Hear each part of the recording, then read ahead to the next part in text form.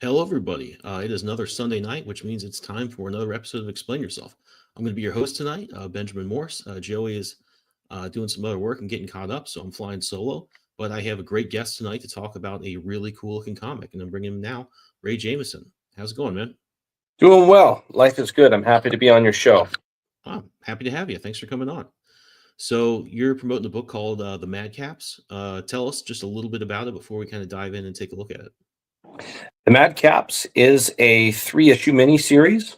It is medieval fantasy themed, and it all takes place over the course of one night. It is about 4 friends that are all non-human. They meet up back in their old stomping grounds where their childhood friendship existed, and they run into an issue. The easiest way to describe the issue without giving away too much is they believe there is an issue, something involving a local drug problem and an undead outbreak. Really early in the first issue, these 4 individuals help stave off an outbreak with the local guard, of course, and it all goes downhill from there. Lots of fun. I've been having a lot of fun getting this book on its feet. Awesome. So I'm going to bring up some artwork just so we can look at that while we're talking about this. And I want to mention that the link to the pre-launch page for issue number 2 is in the show description if you're watching this on YouTube. And you can head over there to get on the list when this launches. And I think you said you're going to launch this early next year. Is that correct? Yes. Yeah, it's going to be in 2025. So I'm just starting the promotional machine, for lack of better wording, getting all of the word out there. That's actually a piece done by Sean Langley, and it's colored by Dan Kemp. Dan Kemp has colored basically issues 50 to 150 of Spawn. So he's colored all over Todd McFarlane and Capallo, Chance Wolfe, all of those fellas that were involved, and some still at this point, but Dan has worked alongside of them. That's just a pinup that we had as an option that you could buy additional to your comic. And this will be available in the second Kickstarter as well as issue 1 will be, of course, as well. Yeah, very cool. One of my notes was just to kind of bring up where you found this colorist, which I guess you've answered. Because this really, this is really just awesome imagey stuff. So I guess you've answered that question. Yeah, Dan Kemp. I can't speak enough about the guy. Like I already mentioned his work with Spawn, but early 2000s Marvel Knights like Daredevil, all of those books, Inhumans, that's all of his work. And also around not quite the Civil War era of the Amazing Spider-Man, he colored in that. You know, the era where Peter Parker was a high school teacher? In that era, Dan Kemp was all over. Cool. It's very flattering to get this talent on my project. Yeah, that's one of the things that's really cool talking to guys who've been doing indie comics is they're able to, especially once they've got a few campaigns going and they have a good idea of like what they're going to be able to raise and how many people are coming back book to book, is it's enable them to go out and hire, for covers or even interiors in some cases, some of their favorite artists. I mean, a guy we had a few weeks ago on Austin Howe, he had Bart Sears doing stuff. He had Tom Grella doing stuff. So it's just that's one thing I've really loved to hear is that people have been like, yeah, once this got going, I was able to like work with this legend who I really loved the stuff as a kid. Yeah, man. That's just an awesome thing that I think crowdfunding lets us do. But it's a great feeling, that's for sure. Yeah. I definitely want to do that once my campaigns are picking up a little more momentum and consistency. But it takes a long time to draw. Anyway, though. I've seen a lot of books that are kind of, hey, I'm sort of adapting this idea I got from D&D, or I'm making a story out of my campaign. I think that's a really good way to create a story. What I love about your description here is that you're taking those tropes a little bit, but this story almost sounds like, the setup for something like The Hangover, or, just even, just that sort of self-contained, high concept, sort of comedy pitch that has a really good hook to it, and then you're throwing those characters into it. One thing I really like, obviously, I like franchises and I like sequels and stuff, but on another podcast, somebody brought up the movie Uncle Buck. Uncle Buck 2 would be a huge disservice to that story. And so I just did this three-parter just to have this cool little self-contained day in the life experience of these characters. Two other things that I tried really hard to focus on is these aren't the mightiest individuals in the realm. They obviously, as you can see this picture, they have some cool things to them. Oh, I'll go back. There's some that's actually painted by John Zalesnik. That last picture you just were there. He painted the Shinobi cartridge art for the original Nintendo. Oh, no kidding. Warhammer Magic the Gathering. That's he did that. That's all by hand. None of that is digital.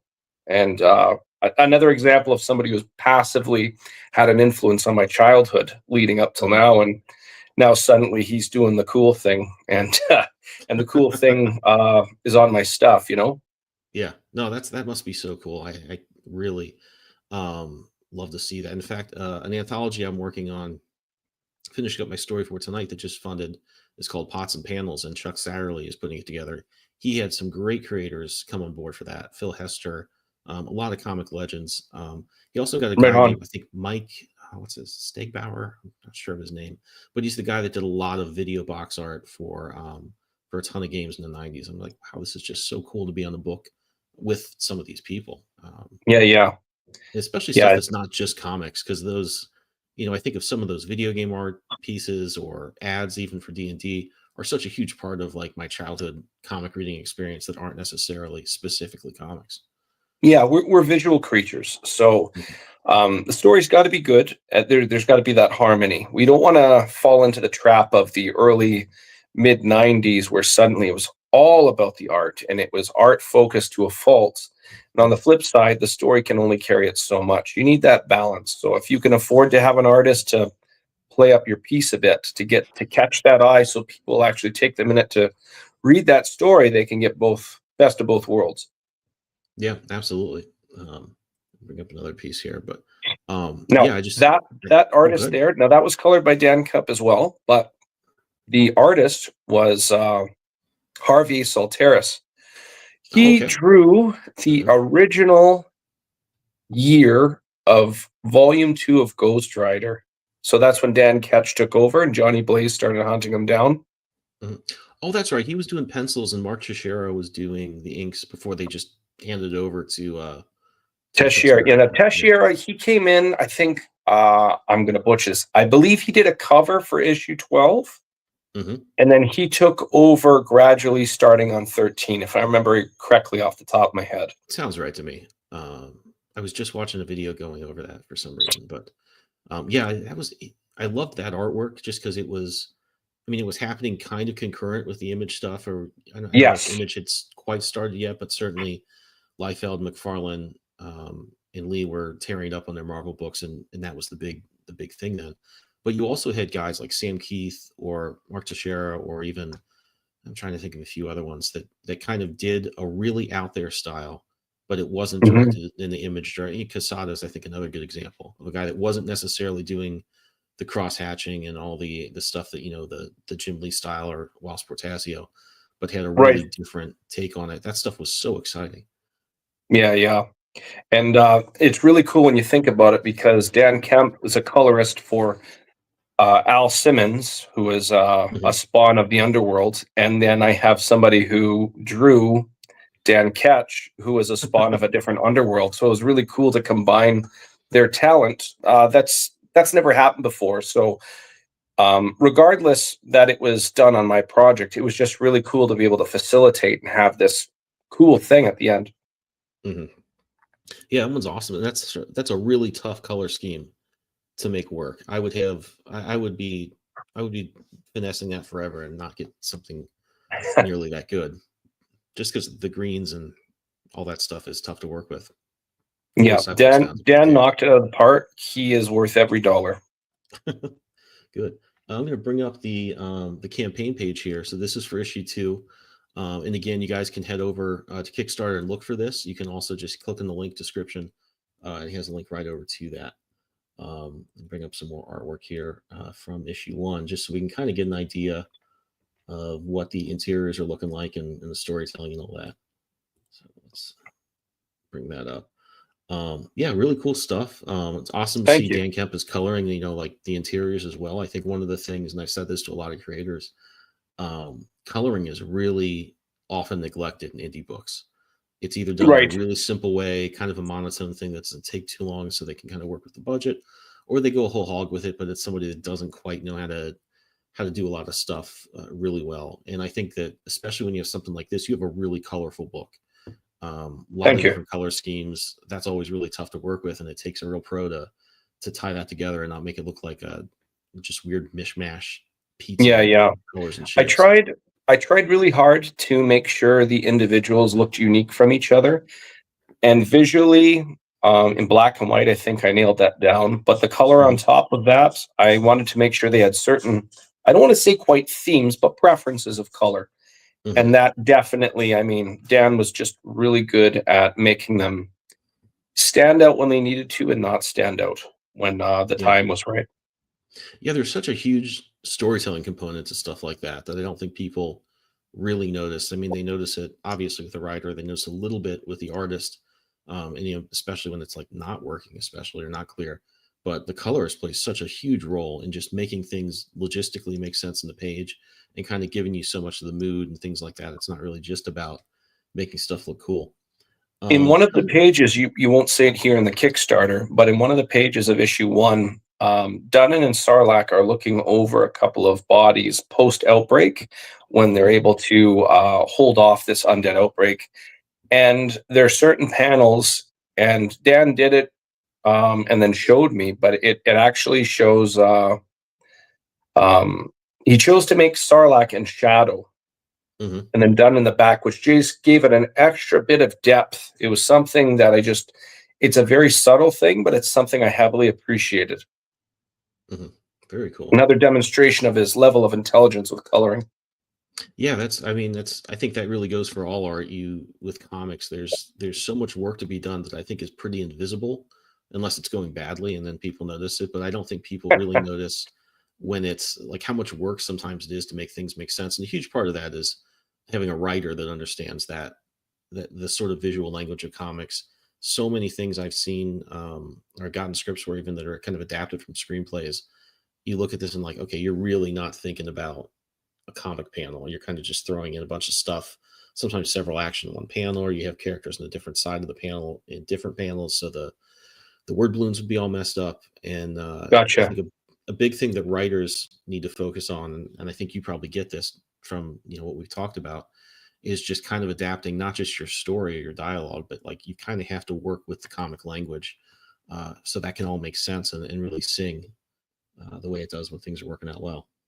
Right.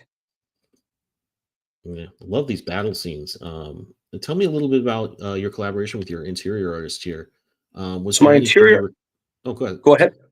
Oh no, I was gonna say definitely let me know who that was. But was there anything you guys kind of sat down and decided you wanted it to look like, or did he just kind of run with it and take it in his own direction?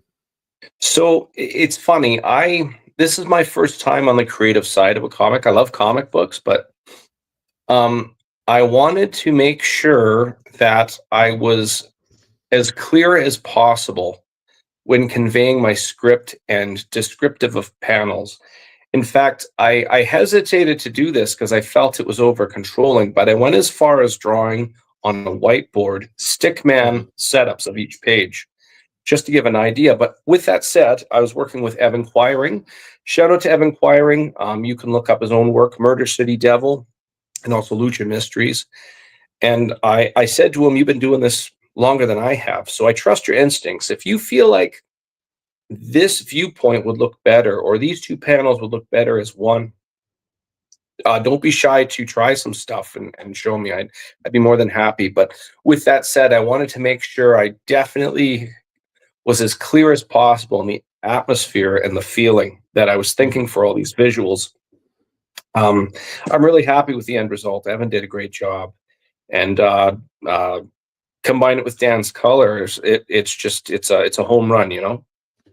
Yeah, I totally agree. And that, in fact, what you said about drawing it out yourself, I think a lot of people are afraid that they'll insult artists doing that. I love it when writers do that. Not necessarily that you're going to like go with those layouts or something like that. I don't think anybody expects it to go that way. But if you have to draw it out, just in stick figures or whatever, you can kind of even take clip art, I would think, and do the same thing. Right. You Yeah, you have could use to, references and yeah, it forces you to. You're going to notice if like, oh wow, this guy talked first on this panel, but he talks second on this one. I've got to figure out Right. where, like, how to reshuffle that, or this person's here logistically. I need them to be somewhere else before the next action. You're going to catch some things that otherwise your artist would hopefully catch and bring up, but sometimes just draw what they can and let it go. Yeah, I always encourage writers to do that. I think that's such a great. I think people are generally like kind of afraid to draw things out. They think artists are going to like make fun of them or something because it's not good, which is, I'm sure someone somewhere has done it, but if it really I happens, definitely felt that way, and that's why I made sure to disclaim, like, go with your gut. If you're feeling something mhm. a little different than what I'm showing you, by all means, try it. I wanted to make sure, just like you said, I didn't want to feel like I was um, not pandering, not belittling, patronizing. That's the word I'm Yeah, looking for. I yeah, didn't want him to feel like I was patronizing him, especially because he had far more experience than I did in the field. yeah. No, I there was a project I was doing with my day job, like it was probably 15 years ago, but somebody wanted to do this cartoon mascot for a toy line that was going to kind of be the representative of some branch of the toys they were going to do at an existing brand.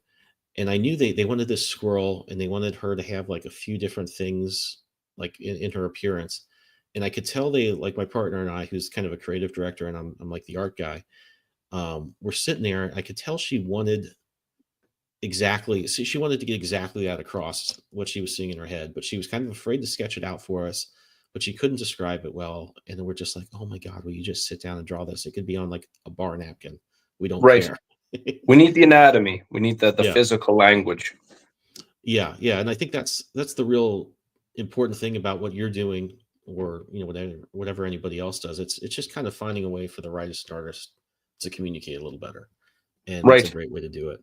Um, but yeah, so I love the pitch of this story. It's not just necessarily like, I've seen stories that are just kind of an adaptation of a D&D quest. I've seen stories that are kind of like, well, after the quest, this is what the characters would do to kind of continue the story, but in a different direction. I kind of love that you're taking like a movie high concept, and you're kind of getting all the action that would be a quest. It's like the big event, whatever this outbreak is, but you're also kind of these characters going back to home and doing that kind of thing, which I think everyone has some experience with. Something I really wanted to make sure, which was established in the story, since it's only 3 issues, I mean, you can definitely have character development, but Hmm. when it really comes down to it, it has to feel like the world exists before and after. And Hmm. the one of the last podcasts I was on, I made this joke. Have you ever seen like two people in dialogue and they they start saying things to each other they would never say to each other. They already know it's just for the audience to understand certain Yeah. things about them. I that that always really irks me. So I would prefer people to be missing information. And I tried that really hard at the start. There is some inklings. For example, the big guy, Madrakis, with the red cape, he Hmm. doesn't want to go back to this town, Ivywood. He wants nothing to do with it. And you hear him say some things about it. You don't need to know why. Like Hmm. you don't all you need to know is he doesn't like, and maybe as this plays out, you'll get more information on that. But um, because of that, you're more inclined to pay attention to things that are said. So you've got chances to start piecing these background pieces of information together. That cover that you're zooming in on there, that's done by Jimbo Salgado, and of course colored by Dan. Hmm. Um, yeah, I guess another example of like information that two individuals say to each other, I consider it, dare I use the words, lazy writing. It's like two Hmm. people come to each other and say, "How are you doing today, brother?" Nobody's brother, but now I know they're siblings, right? That's why it's done. But if it was something in place that said something around the lines of, "I don't think mom's going to like this idea," and the other one says, "Yeah, but if dad was alive, he would back us, no problem." You've got multitudes of information, Yeah. and it sounds like natural conversation. Yeah. No, that's have you ever like read about the initial pilot they did for Game of Thrones? They No. it bombed. It was horrible. And then they're like, people didn't even know who was related to who. Like they just didn't cover that ground at all. Right. Like people are like, wait, so they're twins? They're related? I had no idea. And then they went back, and this is actually, I really didn't like it the first time I saw it because it was filled with that stuff. They'd be like, Yeah, Jamie yeah. Lannister, my brother, how are you doing? And I was like, oh my God, I can't watch this. Um, Thankfully, I gave it, another chance and enjoyed it. But that really stuck out to me ever since I saw that. It was probably one of those making of documentary things. Yeah, that can really get clunky. But I think that you kind of touched on something I think is really cool. Is I think at least writers starting out, or when you just think about writing in a real simple way, you kind of think I need to establish everything in this order, without thinking that sometimes there's a lot more satisfying ways to like get all your expositionary information across. It's not necessarily like one, two, three, four. You can leave some things, I think, if you're a more comfortable writer, hanging in the air and resolve it later. I don't think you even need necessarily, depending on the scope of it, to set it up in a big way. It's like, oh, this is Right. the big question I'm hiding, and you're going to find out in Act Three. But I That's a love really that good stuff. point. That's a really good point. You said one, two, three, four. Well, if I put in two, three, four, five, people can Mhm. understand one within reason. Maybe I don't ever have to explain that. That's a good way of putting it. I like that. Yeah, I mean, I have a lot of trouble with, especially stories I've like developed for a long time, is kind of keeping track of what information I knew from a previous draft that's not necessarily in the current draft and the reader won't know. But I think there's a lot of fun for the reader in, as long as you kind of go through and make sure all the pieces are there, that if you are paying attention by the time you get to the end, you'll have resolved everything that should be resolved. I think it's fun Yes. to like put those morsels of truth out there in different orders and just let, I think that's fun for a reader just to put together that puzzle. Yeah. And also, another good example at the start of this book, the little guy with the hammer, he talks about this job, but the job is not during the night that these three issues take place. Hmm. That's background information, even though he brings it up, and that's the whole reason he's looking for his other friends to get them together to go off to find this potential means of employment. But other Hmm. than that, it's not really spoken of because most people wouldn't be giving all of the details all the time for third party members to understand too. Nobody does that, if that makes sense. Yeah, it sounds like you've got like a really down to earth approach. These people talk about their jobs the same way we might talk about our jobs, which is to say, yeah, I went to work the other day, or I had to go in and stay late on Tuesday. You don't need to say at my job or I'm a plumber. Like to them, it's just normal. You wouldn't necessarily need Right. to lay that out. And I think this sounds like such a cool take, and that it's like I would say like you're approaching this crazy world and these characters who are obviously really cool looking and larger than life, and I think exist just kind of close to some archetypes we're used to, but This, you're really bringing them down in kind of the way Star Wars would make stuff feel very lived in and used. They're not talking. this Uh, oh, good. This story, it's based off of the first homebrew D&D campaign I ever ran. Hmm. So I have over a decade of storytelling to draw from, history, lore. The only main difference is when we initially played this game, I took the players' characters out and injected my own characters in. So because of that, like you mentioned, it feels like it's lived in. Well, yeah, I played it. I remember it. It's like watching a TV show and you remember the second episode of season two. Hmm. That's what's going on through my head as I write this. This happened. This happened. It feels more like um a fun version of a book report than it does writing a comic book. Yeah, I mean, I think it's really cool, and that's something I think that's true of either people I've talked to that have spent a long time developing a story, and they've some people I've talked to have had like novels that they've written about the world, and then they're doing a comic that covers some section of it, or vice versa, and they obviously just have all this lore from years and years of thinking about it and writing it down in their Yes. heads. And I think that can get a little, when I try to do that, it doesn't work very well. It's a little overwhelming, and I have trouble with keeping You've track got of to be details. married to it for it to Yeah, work. So yeah, if you're really passionate about it and you enjoy it and you're right into that, it doesn't feel like you have to remember. It just feels like no different than memorizing a phone number. Well, I guess that's a bad yeah. example. Most people don't memorize phone numbers nowadays, but it's no different than remembering your address. That'd be a great Yeah, example. yeah. Yeah, no, I think that's when you have a really good writer, and I don't know what your background is. Do you write a lot of other stuff, or you said This is this was my your first first comic? time. This is my first time formally writing a script for any type of book. Oh, okay. Now, with that said, I did a lot of writing for prep for a lot of these D&D games. Mm-hmm. So again, there is some overlap, and a lot of it, in a way, wrote itself because I previously wrote out a lot of this. Wow, I'm surprised to hear that because you seem to have such a good handle on character work, structure, just the real meat and potatoes of writing. Thank Um, you. I'm really looking forward to reading this. And like I said to everybody watching, you can hit that link and get over to issue 2.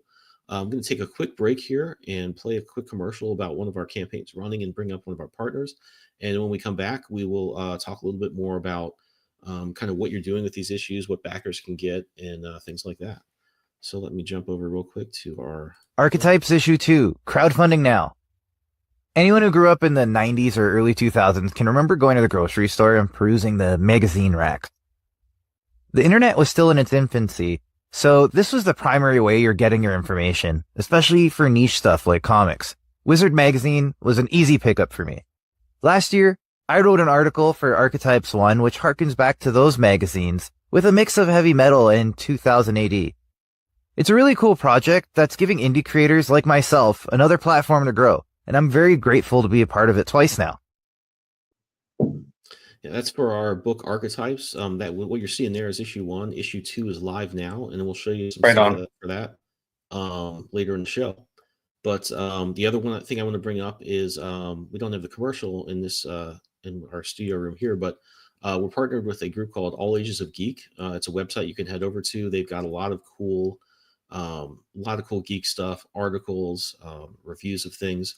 It's run by a great team who's really passionate about all the cool stuff that we're into. So anybody watching, if you're into some of that stuff, head over to All Ages of Geek and check that out. All right, Ray. So let's just jump back into. I'll bring up your campaign page here and go into a little bit of like so kind of how you're trying to reach backers. You kind of ran this first campaign, did pretty well. What did you learn from that campaign, and what are you kind of bringing into the campaign for issue 2?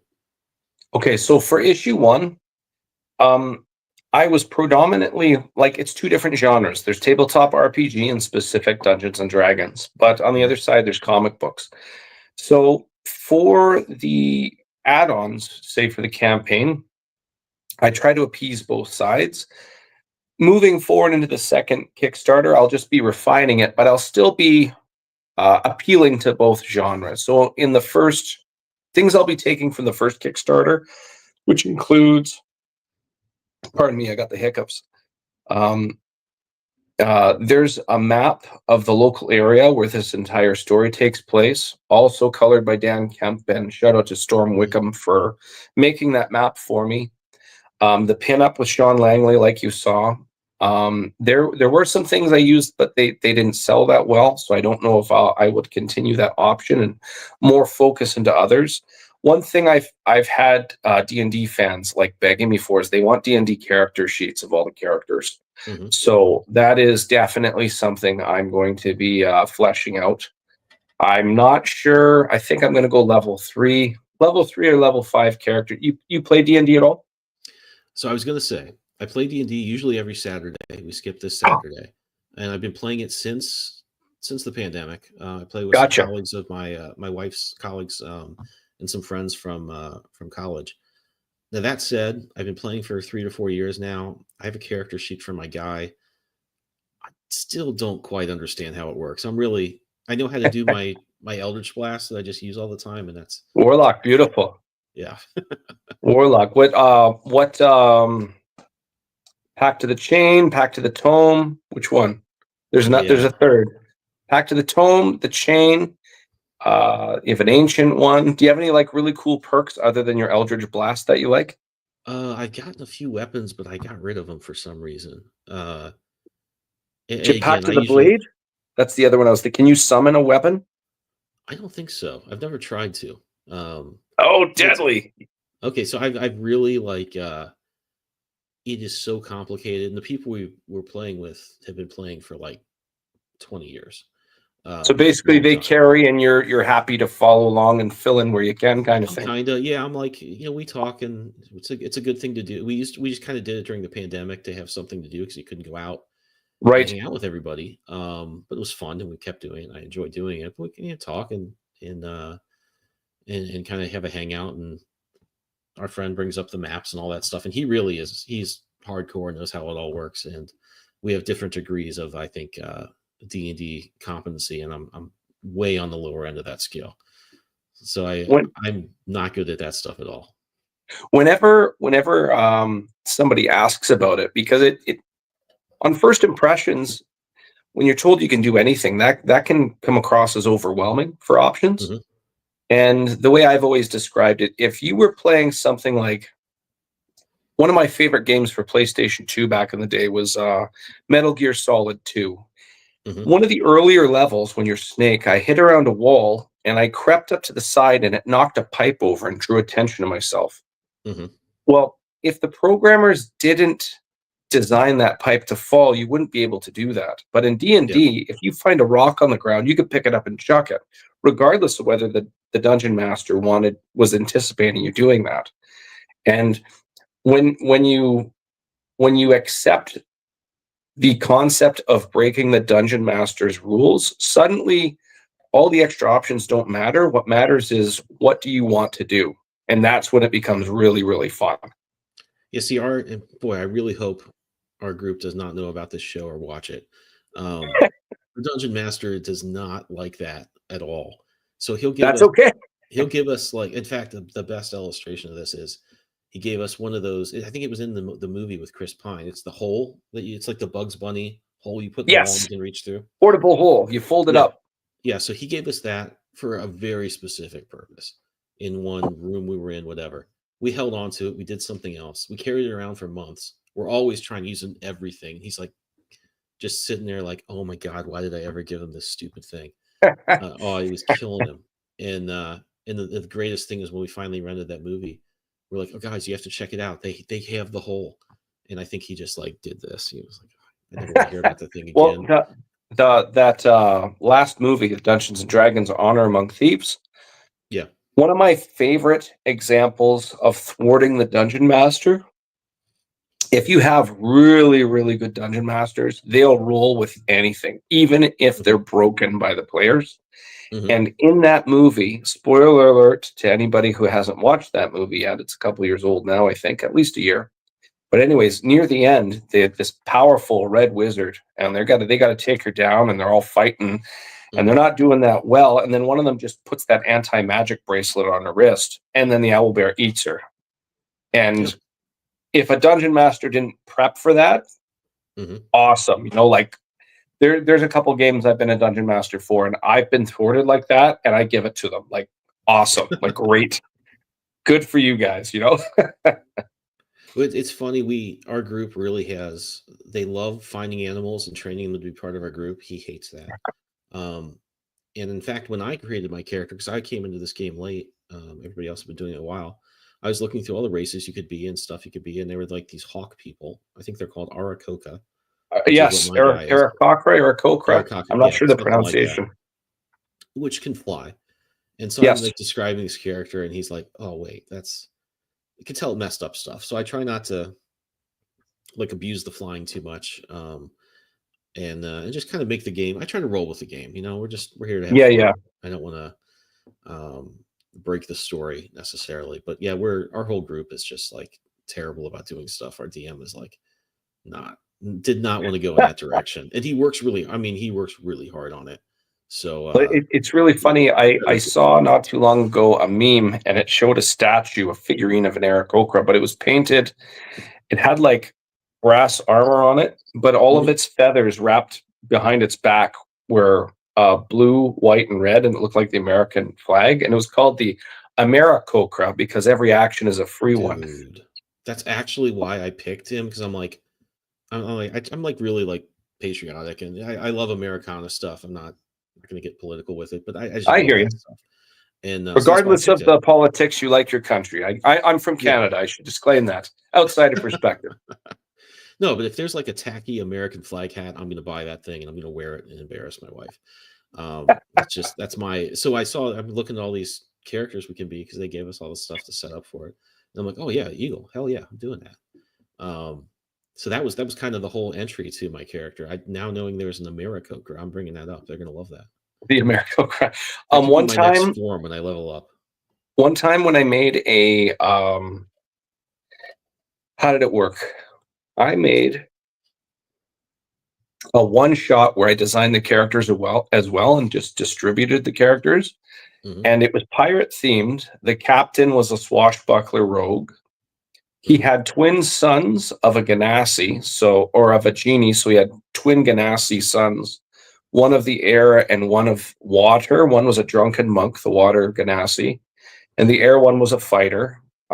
He also had um, an Aarakocra, but it looked like a macaw parrot, and it was the scout which lived up in the crow's nest. Hmm. And it's just really cool when you think of, well, maybe this Aarakocra can look like an owl instead, or like there's so many fine tuning details that can really Hmm. change the course of how things play out. Yeah, I love that there's so much artwork out there now. But what I really actually love is our DM. He kind of goes off the one of the old books from the '80s, and it's I think 5e. He doesn't like Okay, or maybe he doesn't like 5e. He likes the old one, so we kind of mix and match. I But assume like 3.5 maybe. something like that. There's Yeah, there's yeah. a number less than five. But he'll like have this book with like this old artwork from the '80s, which is like the pen and ink stuff. It's sometimes it's crude, sometimes it's really well drawn, and the stuff you Google it now, you get these beautiful painterly illustrations and some AI Right. stuff. Sometimes it's really modern looking stuff, really detailed looking stuff. I love the crude '80s artwork. I mean, it just seems so. It brings you back to the era. It's just there's a fun to it that I really like. It's a definitive flavor. That's something I appreciate about art, Yeah. depending where it comes from, what time. Hmm. I really like that stuff. Yeah, Now and you it's were actually mentioning your guy, so your character's a warlock Aarakocra. yeah, So you just fly around and Eldritch blast the snot out of everything. more or less, yeah. You're, Yeah. you're like the alien ships in the first Independence Day, more or less. A little bit. Although That's amazing. I'm not that hardy at all. Because I can't wear very I mean I can't they're not very strong and they can't carry a No, lot. they So have I believe a D6 for hit dice. They're not like the yeah. barbarian D12. Yeah, you're not going to take it. So I'm not that hardy. I can't take a lot of damage. I also can't wear a lot of armor and fly or even really walk around. I think and then they also aren't that fast either. So our DM's like, Ben, you can go up there like I'm like, no, I can move like 2 squares, dude. That's it. Um but yeah, I always try to like do that because I feel bad. I just thought it was funny to pick an eagle because I'm like, hell yeah, America. Uh, Yeah. that was my only approach to that. I would have gladly picked a barbarian or something if it just made life easier for everybody. So I try not to get too carried away with the flying and whatnot. One time I designed a barbarian Aarakocra. He had low intelligence, but his background was sage because he was hatched as Mm. an egg at a library, like a Oh, group of sages, like a monastery. hmm. And so he knew three languages, but he only had an intelligence of seven, 10 being average. And eventually the backstory was he leaves and follows a group of barbarians. And Hmm. eventually he gets his hand on a glaive. They Hmm. slay a wizard, and he's able to get a very, very talented uh, craftsman to fold the pages into the steel on his glaive, recraft the entire blade. And Hmm. so it uses like a wild magic property. When you hit somebody, it's just random magic happens. And he Oh, was cool. known at that point as Conan the Librarian. I like that. I like the Conan with a idea K, of, of course. of course. I like the idea of this like barbarian being raised by like all these nerds and then it's just playing into each other. It's a great. There's so many great story hooks I think you can get out of D&D. One thing I wanted to ask though, like um, a lot of people I've talked to, we just do kind of superhero or superhero adjacent books. That's kind of what I do. Um, I've talked to people though that do kind of some stuff that shares a lot in common with cyberpunk games, or just Mhm. gaming in general, the board games and the card games, or D&D people like yourself. Have you kind of like been able to reach out to any D&D groups to promote Madcaps? And has that been like are you kind of like able to try to combine audiences a little bit and bring people that are primarily interested in D&D into the comic? Absolutely. So one of the things, um, on social media, I'm part of a lot of different fantasy and tabletop RPG groups, Mhm. and I've gotten in my first Kickstarter for issue one. I got a lot of good feedback. I've been doing timing on when to promote. I mean, if I had it my way, I would talk about the script of all three issues right now, and it would be awesome.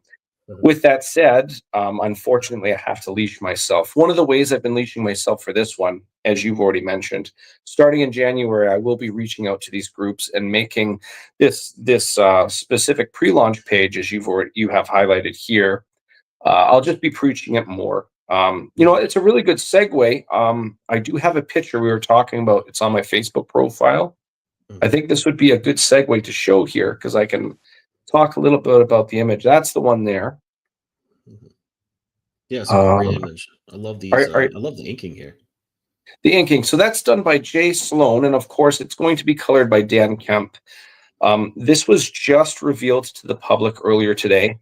I didn't want to show anything until January. The reason I did to show this image, well, in the post I put, this is Jay Sloan's image post, but on mine in the description, I asked everybody, I'm sure everybody's feeling a little, for lack of better wording, politically exhausted. And I wanted to show this image and remind people that like stories are a great medium of escapism. Mhm. And sometimes in a lot of cases, stories are the best medicine. And regardless of whether you're happy or unhappy about the current political results, let's focus on things that make us content. So I was talking about this is Chasco. He's the blue skinned elf that you've seen in the other images. He's more or less milling in his thoughts, and his three-eyed pet there is keeping him company. But Chasgo is another individual that tends to think about the bad a lot. So I thought it was very relevant to show this now, and I think people just I wanted to show something for people to look forward to because Mhm. everybody gets their fair share of bad news. We need some good stuff too, you know? Yeah, I think that's I think a sentiment everybody's ready for. Whether however you feel about how things went, I think exhaustion is definitely what a lot of people are feeling. It's certainly what I'm feeling. That's the yeah. It's just it's been such a I don't know how to say this. Well, you I don't. just see it all the time. It's on your mind. You don't Yeah, realize how tiring it is. And now it's over. You can like actually sleep. yeah. It's just it's so omnipresent. It's pretty weird for something, and it's not like you want to say it's not important. It does affect us all. It's very important, but I'm not even to from that be that, country and it has an effect yeah. on me. Yeah, and it's I don't think it's psychologically normal for us to be that into something, even though, like I said, Yes. I don't want to minimize the importance of it and say it's not important, ignore it. But like to be that dialed into something in such a big way, and for it to be as I mean, really dramatic as it has been. Yeah, Um, we yeah, need the mental break and something like this story, this imagery yeah, that's in issue two, we show off a little bit of Chasco's pet MX, and it's an albino three-eyed crow. mhm, And yeah, something to look forward to, that's all I was saying. absolutely. Yeah, I You want can to say see that like middle eye there. I really I love the way that they've done the feathers here. Just Jay I Sloan hate did a drawing great feathers. job. And this is so tough to do because he hasn't drawn everything out. He's actually suggested a lot. That said, there's a ton of detail there. That is like such a tough thing to pull off. And I think Yeah. he's done it really beautifully there. And I think there's just, in addition to that, to just figuring out how much, you don't want to draw every feather, but you want it to feel dense and I guess kind of, this even looks sort of fluffy at parts. Yes. Um, and then he's kind of even, I think, gone in and like, if you look here, just the small areas of rendering that give it a little bit of pop and really give it Mhm. that comic book feel. This is, yeah, I just wanted to point out like how freaking tough that is to do, and he really crushed it. Yeah, I'm a big fan. He did all of the concept work, which you can find in issue one. Hmm. All of the bios at the end of the story. All of there's the busts like chest up, and then there's one of the full body, and he did one of each character. So 8 images total of 4 different Hmm. characters. I liked it so much I wanted him to do a cover. Let me see if I can find some of those on issue one because I think I did see those at some point. Could be wrong. Maybe. Oh, here we go. I think this is what I'm thinking of. Yeah, very cool stuff here. Yeah, there you go. Yeah, that's on the Kickstarter there. That's the busts.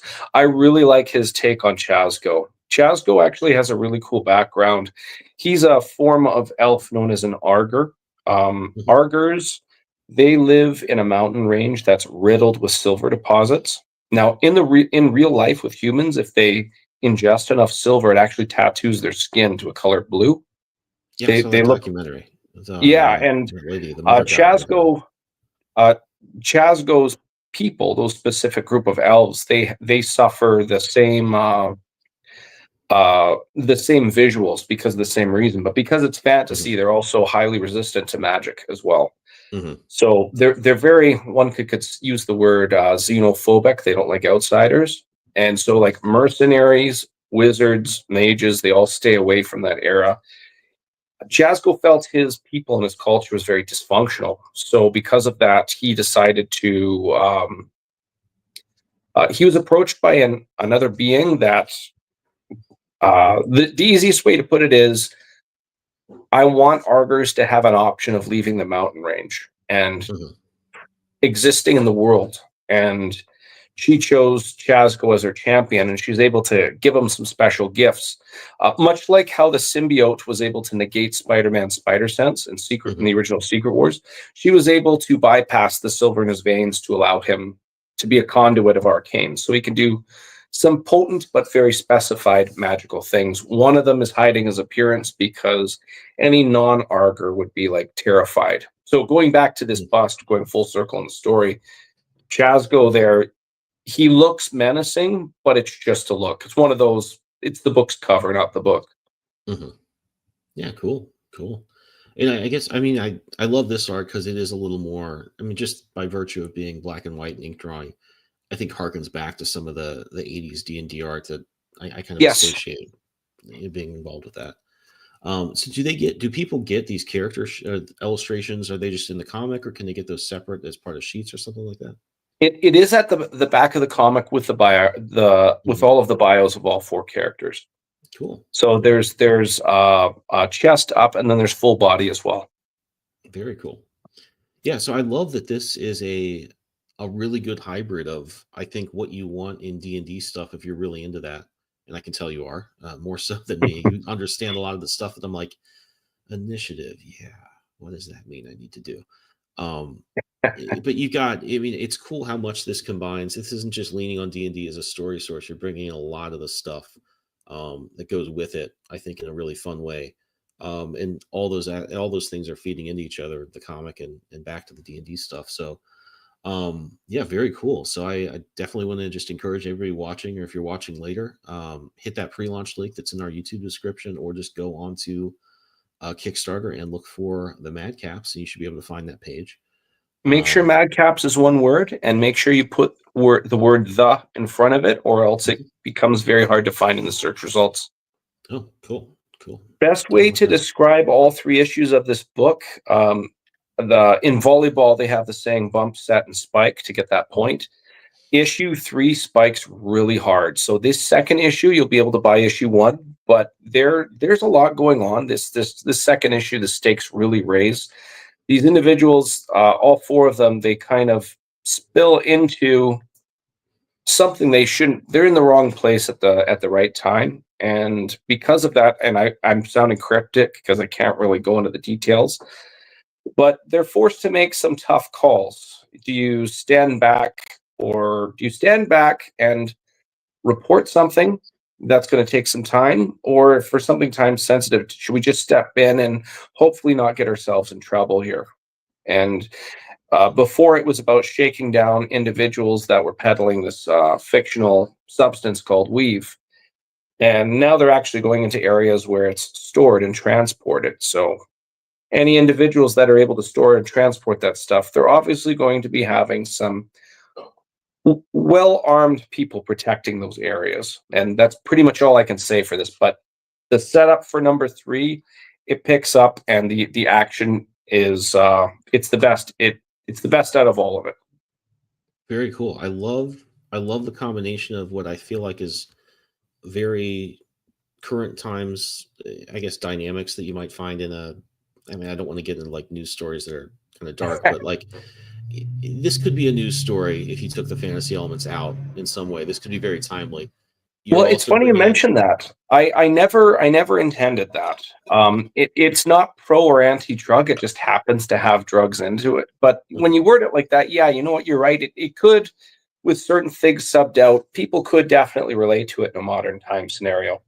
No, I think that's what's really cool about your approach. I mean, I think just the sort of homecoming aspect. I mean, I've seen everybody sees movies where somebody has to go back to their hometown for Christmas or something, and they're not really happy about it. They have these issues when they were there. That I think is very timely. So the sort of mechanics of the plot and the action, I think also could be seen as very timely.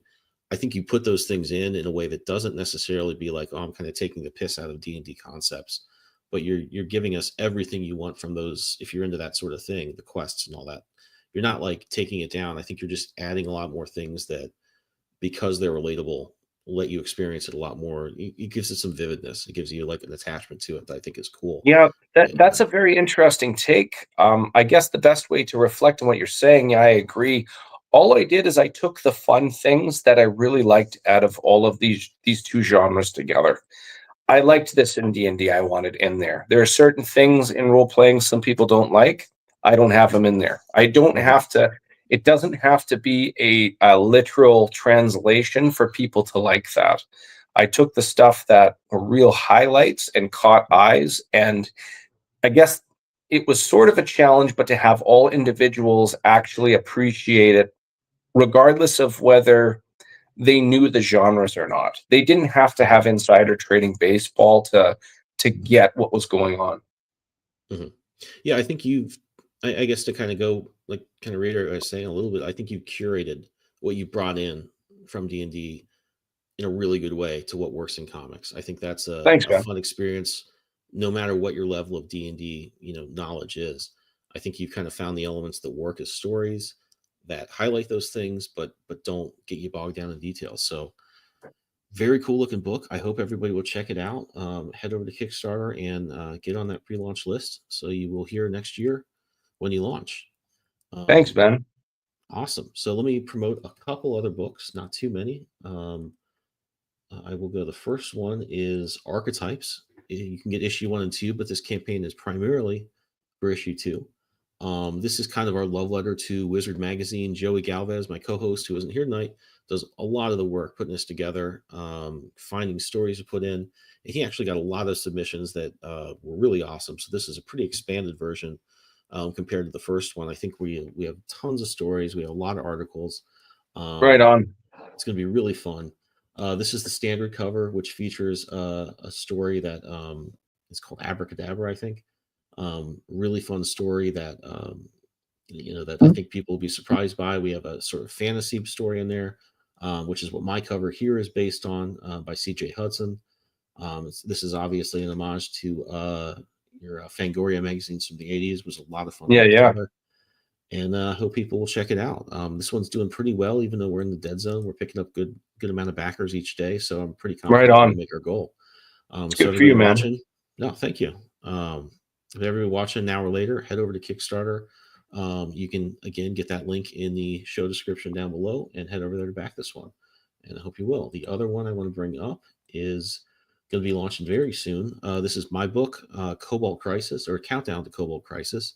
It's a sequel to We Are Scarlet Twilight, which was kind of a pulp adventure, kind of repackaged in a cyberpunk format, just a little bit of science fiction thrown in there. But this is the sequel. It's essentially a love letter to Crisis on Infinite Earths or Secret Wars, but if it had been done in the 1940s. So you get all that big DC Cool. Marvel epic crossover action, but you also get sort of the retro vibe that you see in the Shadow or Batman animated series or Buck Rogers, any of that cool stuff. This one's going to be a lot of fun. I think I'm going to launch it probably early next week. I have a couple more Right sketches on. that I want to put in, and then people can check that out. I'm hoping to get it so that people can get, if you reach out and you back the campaign and ask for the digital early, I want to be able to send that out right away so people have something a little bit closer to the experience you get when you go to a comic book store. So a lot of cool stories in here. I'm really excited to get those out there and to set up the big Cobalt Crisis story I'm going to do over the next 2 years, which I think is going to be a lot of fun. So head over to Kickstarter, getting the pre-launch, and you should be able to hear soon when I launch this next week. I think that about does it. Oh, one other thing I should mention: we have a deal with Gemini Comic Supply. If you go to down in the show description, we have it. But if you enter the code Geek Collective 10, you'll get 10% off at checkout. If you're getting Gemini mailers to send your books, everybody, it's important to do that and head over there and get that discount. So that, I think, does it. Ray, thank you for coming on and telling us about the Madcaps. It's been really cool to hear all this lore that you've brought into the story. It's awesome to see this artwork and hear some of the story behind how you put together your team and all the things they brought to the table. So, dude, thank you for sharing that with us. Right on. I really appreciate you having me on. It's been a great time. Yeah, likewise, man. Thanks for coming on.